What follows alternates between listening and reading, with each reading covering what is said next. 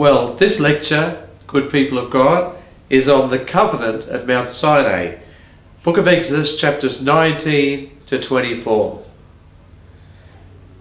I want to speak about a few things. The first thing I'd like to speak about is, what are these chapters 19 to 24 all about?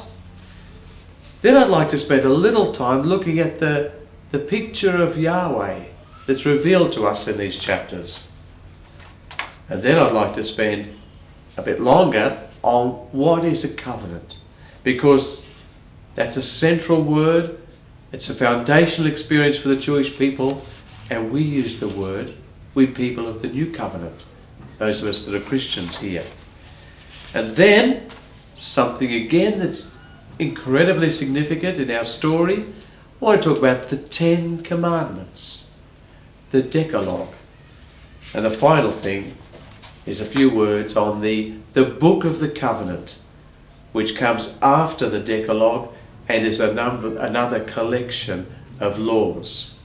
So, first off, what are these chapters all about?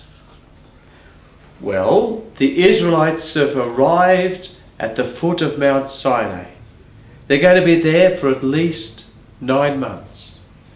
And the rest of the book of Exodus and the whole of the book of Leviticus and the book of Numbers are set at this sacred space, this sacred place, at the foot of God's mountain.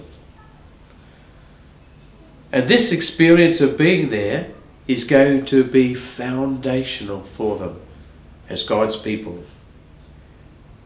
Some say that it's only one moment in God's wonderful covenant with Abraham.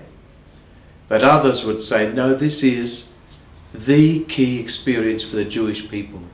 This made them into God's people. So we're going to look at that a little bit. And what about the structure of these chapters then? Just a word on that. In chapter 19, verses 1 to 15, Yahweh prepares his people to hear the covenant. Then the great chapters 19:16 to 20:21 is the great appearance of Yahweh on Mount Sinai and his gift to the Jewish people of the 10 Commandments, the Decalogue. And then chapter 20, verse 22 to 23, verse 33, that other thing called the Book of the Covenant, which is a lot of other laws and regulations that have found their way into before the Mount Sinai. So it's very, very, very precious laws.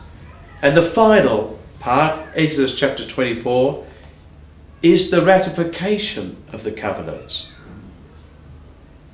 So that's what we're looking at today. But another little thing within all that is, how does Yahweh reveal himself? What's Yahweh come across like? Well, the first thing we should say is that when Yahweh appears to his people, he seems to come down on Mount Sinai. Especially the Yahweh tradition, the J tradition, says that. And he causes Mount Sinai to smoke like a volcano smoking. And he allows Moses to come up to him, but nobody else. So there's something very sacred about this appearance of Yahweh. Something that's going to touch their minds and hearts forever. The E tradition pictures Yahweh as dwelling on Mount Sinai. That's where he always dwells, but concealed in a cloud. We might be thinking of the Transfiguration at that, and that's good to think of that actually. And he summons his people to meet him at the foot of the mountain.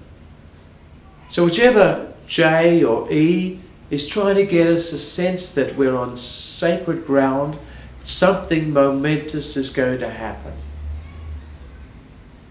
And then when Yahweh speaks, And this is Exodus 19:4-6. And this is what Yahweh says to Moses, and it's very beautiful. You yourselves have seen what I did with the Egyptians, how I carried you on eagle's wings and brought you to myself. From this you know that now, if you only obey my voice and hold fast to my covenant, you of all the nations shall be my very own.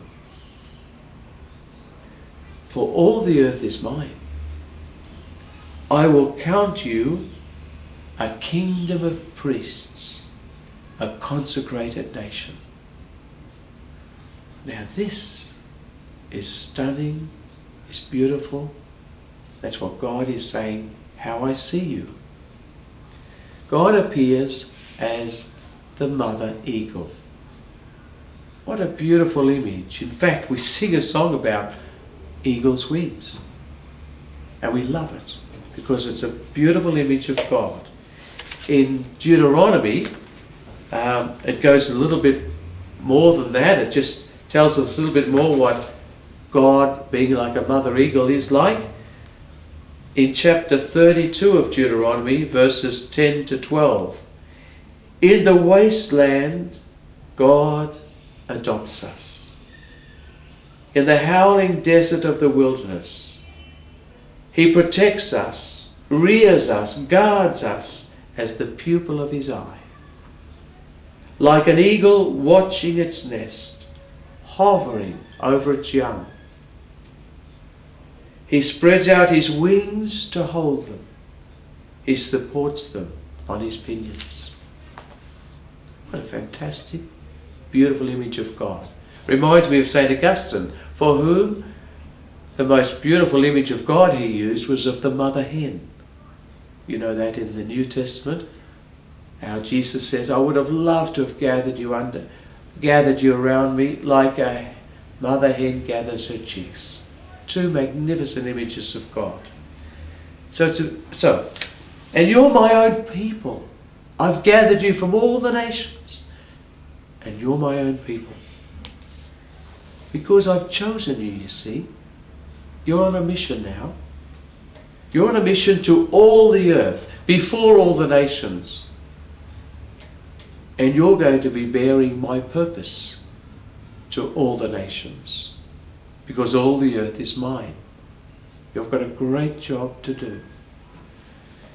And you are a kingdom of priests, a consecrated nation. You are servants, a kingdom of priests.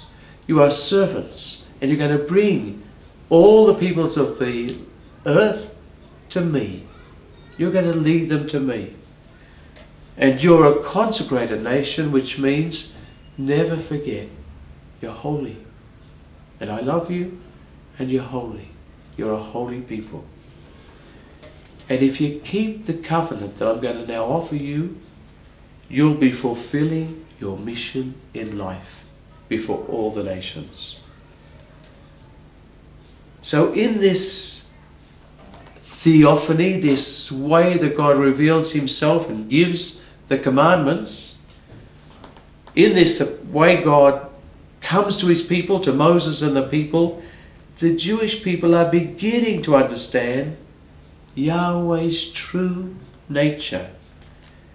And then in the Ten Commandments they will